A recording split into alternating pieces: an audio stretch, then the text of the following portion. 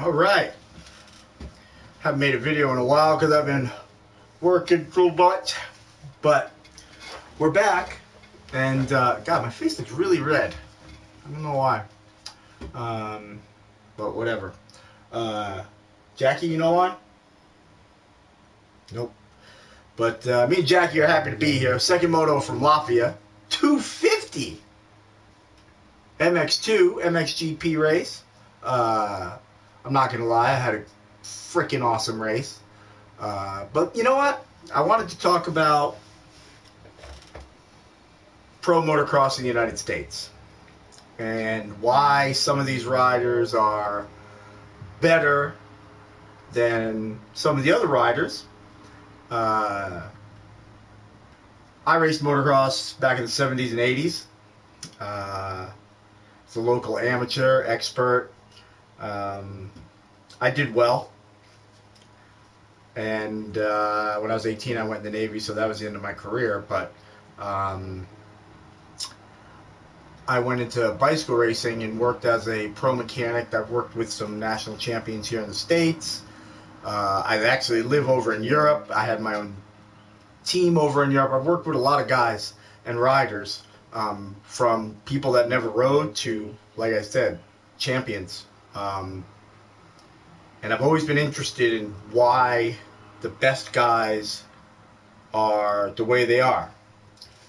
And before we hit the gate drop here, I'll tell you why. There's always something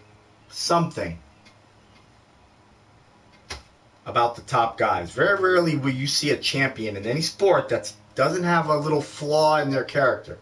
I don't mean flaw by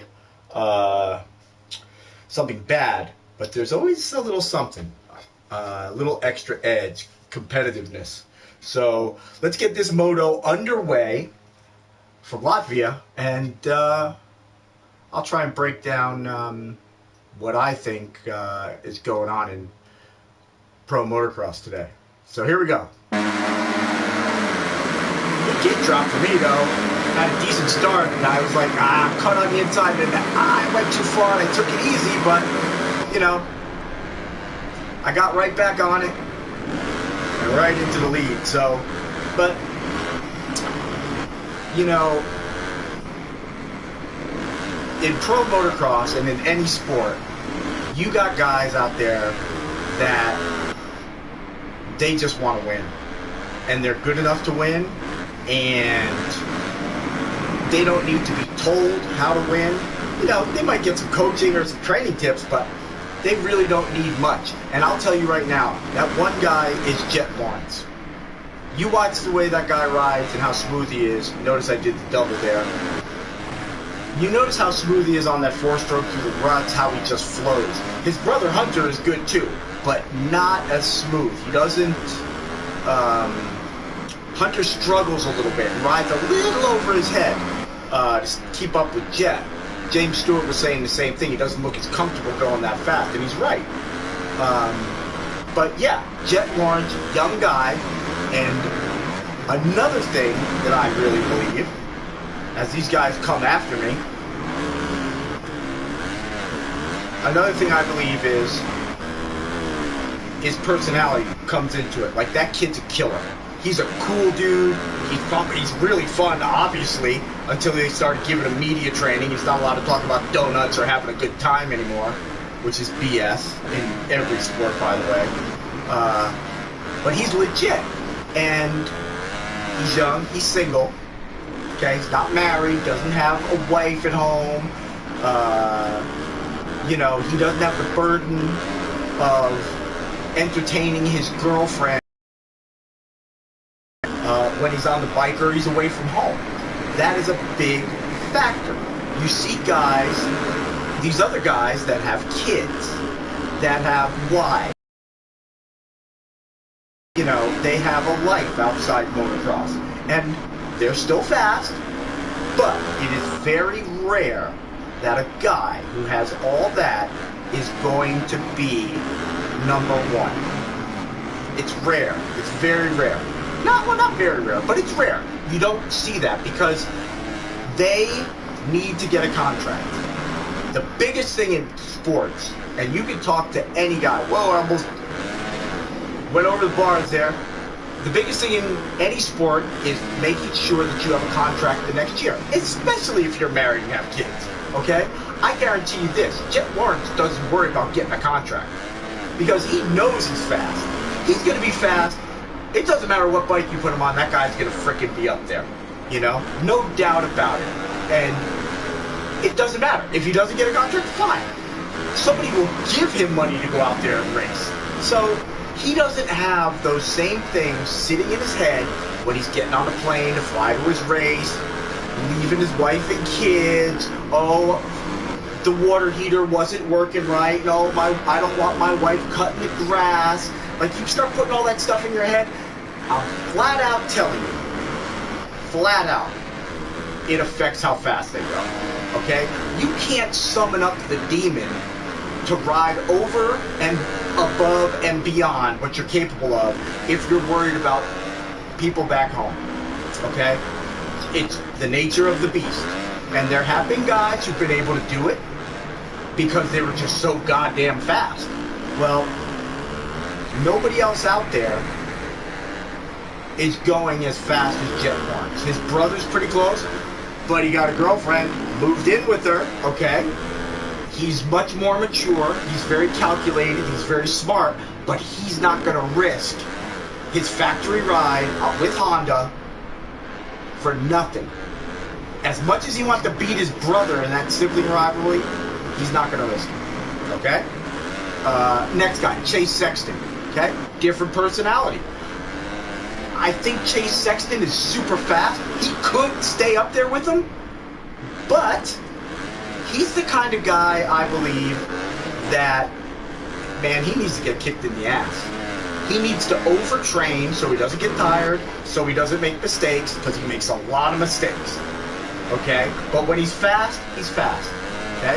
Cooper Webb, he shows up at the first national or second national, he's leading both races, then he gets tired. You're a pro, dude. You're a professional. You're paid to race motocross, and you're telling me that you didn't train enough to be out in the lead and stay there? That guy could have won. He's fast. Obviously, not training enough, not fast enough. Okay? Aaron Plessinger, super fast. Really cool guy. I like Aaron Plessinger. Yeah, wife and kids. Done. Tomac, wife and kids. Done. Okay? It's the nature of the beast. It's psychological. There have been very few guys that race for the pure reason of, and believe it or not, and this, you look at any champions in any sport, okay? It's not the rings, it's not the money, it's not the championship or the chicks or anything, all the fans, it's not. The best guys, most of them, they want to humiliate their competition and make them wish they never ever even lined up. Bob Hurricane Hanna, Brad Lackey, Ricky Johnson, all those guys, they hated each other at the track. Hated. Why? Because they know that they're capable of being the best, and they want to get it in the other guy's head that they shouldn't even be there. Okay? That's Jet Lawrence. Hunter doesn't think that way. I'll tell you who does, though. Deegan. Okay? Deegan thinks that way. Deegan needs to get away from all these people telling him what to do and let him just go out there, summon up the demon, and ride away. Because Ty Masterpool beat him today. And that kid is on a mission. Okay? That kid's fast. But these guys, they got too many coaches. The freaking mechanics are telling them stuff. I mean, get the hell out of here, dude. If you're such a great coach and rider, okay, how come you never did anything on the bike? Okay? Now, granted, I know you see things watching and you can contribute. But you know what, dude?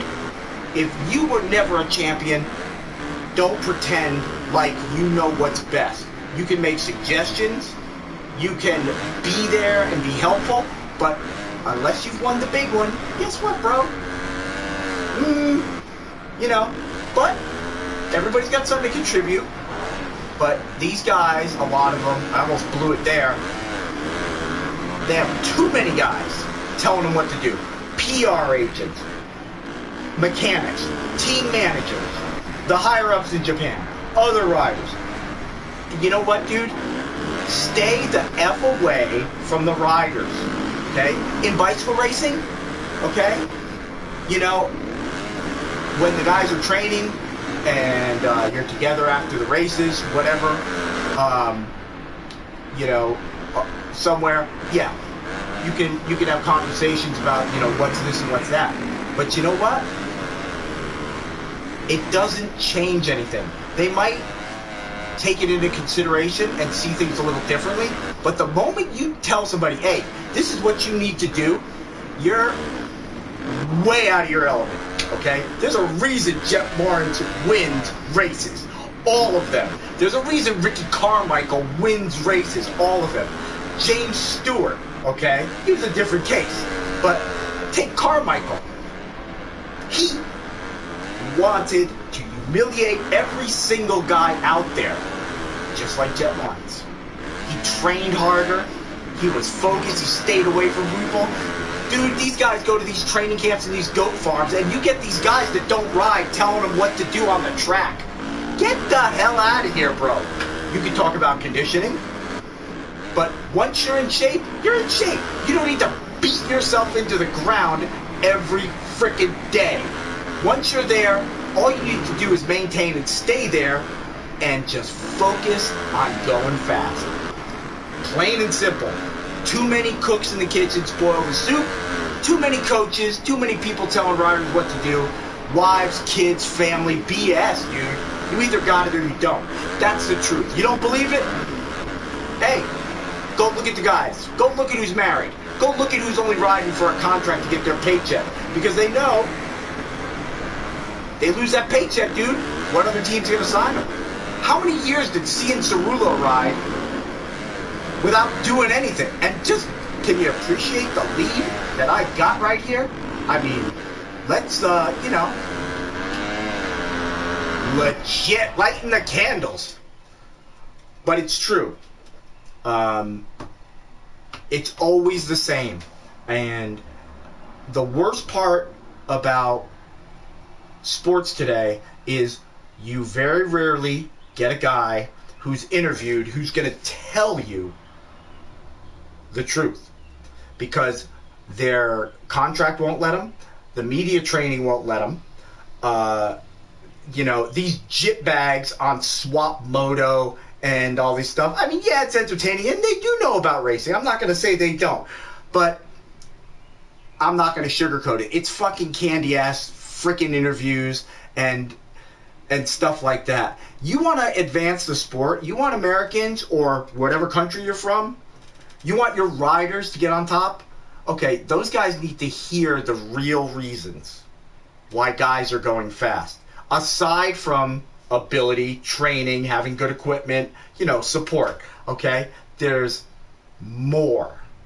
And every time something else comes into their lives, whether it's a wife, a girlfriend, a coach, okay, maybe dude got in trouble, anything extraneous that comes into their life, that's a piece of baggage they got to carry around, okay? Some guys can carry a lot of baggage. Some guys can't. James Stewart couldn't, okay? That's why Carmichael spanked the hell out of him. And James Stewart was just as fast, if not faster, than Carmichael. Look at Villopoto. Flying out there. That guy was so fast, okay? Super fast. But take him to Europe, put him out of his element.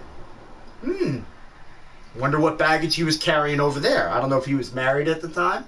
Who knows? He's got kids now. And all these guys are super cool guys, man. They're heroes. And it's not easy.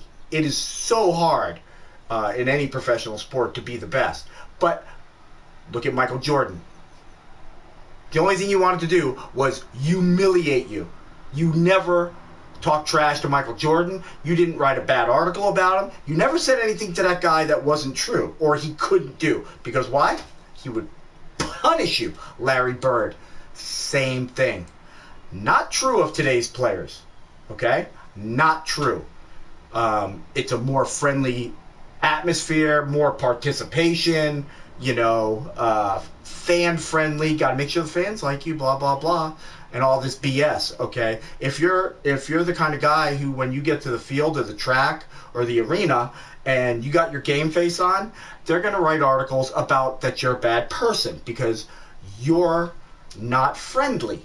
You're not hugging it out with the other guys after the game or after the race, slapping hands. Dude, no joke. On the track, when I raced, especially because I was young when I turned expert, 15 years old, and you're lining up 250 expert, next, good. So those guys were 15 years old. Well, I'm telling you right now, when the gate dropped, okay, that was over. And I'm not going to say I wasn't intimidated, because I was. But I wasn't going to be pushed around, and that's just the way it was. But as soon as the race ended, I didn't feel that way. The hate didn't continue. I don't know what it is, but for me, when the race starts, everything just goes away. And it's very natural for me. And I'm sure for a lot of these guys, mentally, you don't have to get psyched up to do well, because you like I said, you either got it or you don't. You're either prepared or you're not. In bicycle racing, man, with pros, you show up prepared. We don't care what you have to do. We're paying you to do well. And in motocross, it's the same thing. Okay? But maybe not so much anymore. Well, okay, you don't win, but the fans really like you, and you got a lot of followers on Instagram. Okay, so yeah, we're going to give you another contract. And a lot of these guys, believe it or not, they don't get that much money, especially if they're not winning. I don't know what Cian Cerullo was getting his last couple years. I'm sure he was doing okay, but it probably wasn't what he was getting, a couple years previous when he was actually winning some races. And, he was a good one too. Got hurt a lot, but he was mature enough to be like, okay, I got to stop crashing, because one bad injury and I'm finished. I'm done. Same thing with Ken Roczen. Look at how fast some nights in Supercross, man, you can't touch Ken Roczen. You can't touch him. But dude's got a wife and kids. He's got bills. If it's not his night, he's mature enough to be like, okay, I'm only going to go this fast, because if I come off hard again, I'm finished. Like when he blew up his shock in that Supercross race. Dude, I tell you exactly what was going through his head as he's going over the bars. This is it. This is the end. How the F am I going to pay my bills? Okay? Even though they got money in the bank, hey, money don't last forever. Okay? But I'm just flat out telling you, what these guys say to the press, they're all smiles, it's a big game. But the real guys, in their head, behind the smile, behind the media training, all they're thinking is, man, all I want to do is humiliate you. Do you know how bad Jet Lawrence wants to humiliate Chase Sexton? They were teammates, okay? That's all he wants to do. It's supposedly his biggest competition. Well, now it's his brother, and his brother knows. His brother knows that he's only going to push it so far. But Jet's going to go all the way. Doesn't matter. He's going above, beyond. He doesn't. So what? He's young. If he gets hurt, he'll come back. He's still fast. But Hunter is like, man, I'm hanging on to this factory ride, and I'm hanging on to this money because I worked my whole life for this. I am not about to give it up to get one moto. He'll take second in the championship because you know what? He got beat by his brothers. They're teammates. Who's Honda going to get to replace Hunter? No one. Joe Shimoda? No. So that's the truth. You don't have to believe it, but that's the truth. And, I would, not to mix words, okay? Because like I said, these guys are fast. Even the best local guys that qualify for the national are going super fast, okay? Those guys are the best local guys around the country. These guys are all fast. But in the big scheme of things, okay, there's only a couple guys out there capable of winning. And the rest of them are riding around. They're dead wood, okay? When Chase Sexton came from last, week before last or whatever, week before last, and he won, everybody's like, oh, it's the greatest, the greatest moto in history, oh, Chase Sexton, okay, he's Chase Sexton. He's supposed to do that, okay? He's supposed to do that every week, okay? Jet Lawrence was hurt, okay? You didn't beat the best guys. You beat the other guys. Best guy was hurt, okay? That's a legit excuse. Dude was hurt, couldn't go fast. Then last weekend, where was Chase Sexton? 6th overall, nowhere. First moto today, 24 seconds back. I haven't seen the results of the second moto. I don't know how close he was to Jet, or maybe he gave him a race, but I doubt it. I hope he did. It would be great. But, Sexton is one of those guys. He is naturally fast, but it's got to be his day.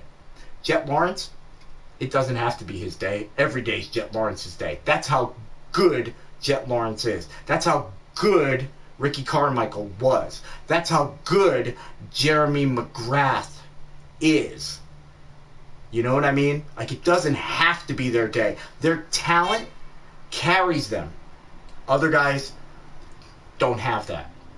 Okay? They just don't.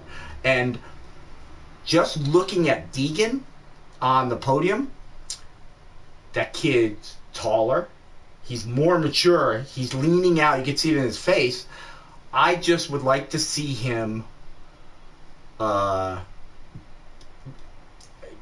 get as many people away from him. You're telling me that kid who's been racing since he could walk practically, he doesn't know how to train?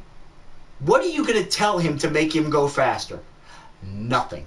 All these guys have been racing since they were 5. What are you going to tell them? Okay? Nothing. Nothing. You can only be supportive.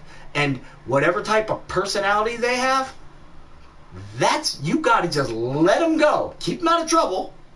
Make sure they don't get in no trouble.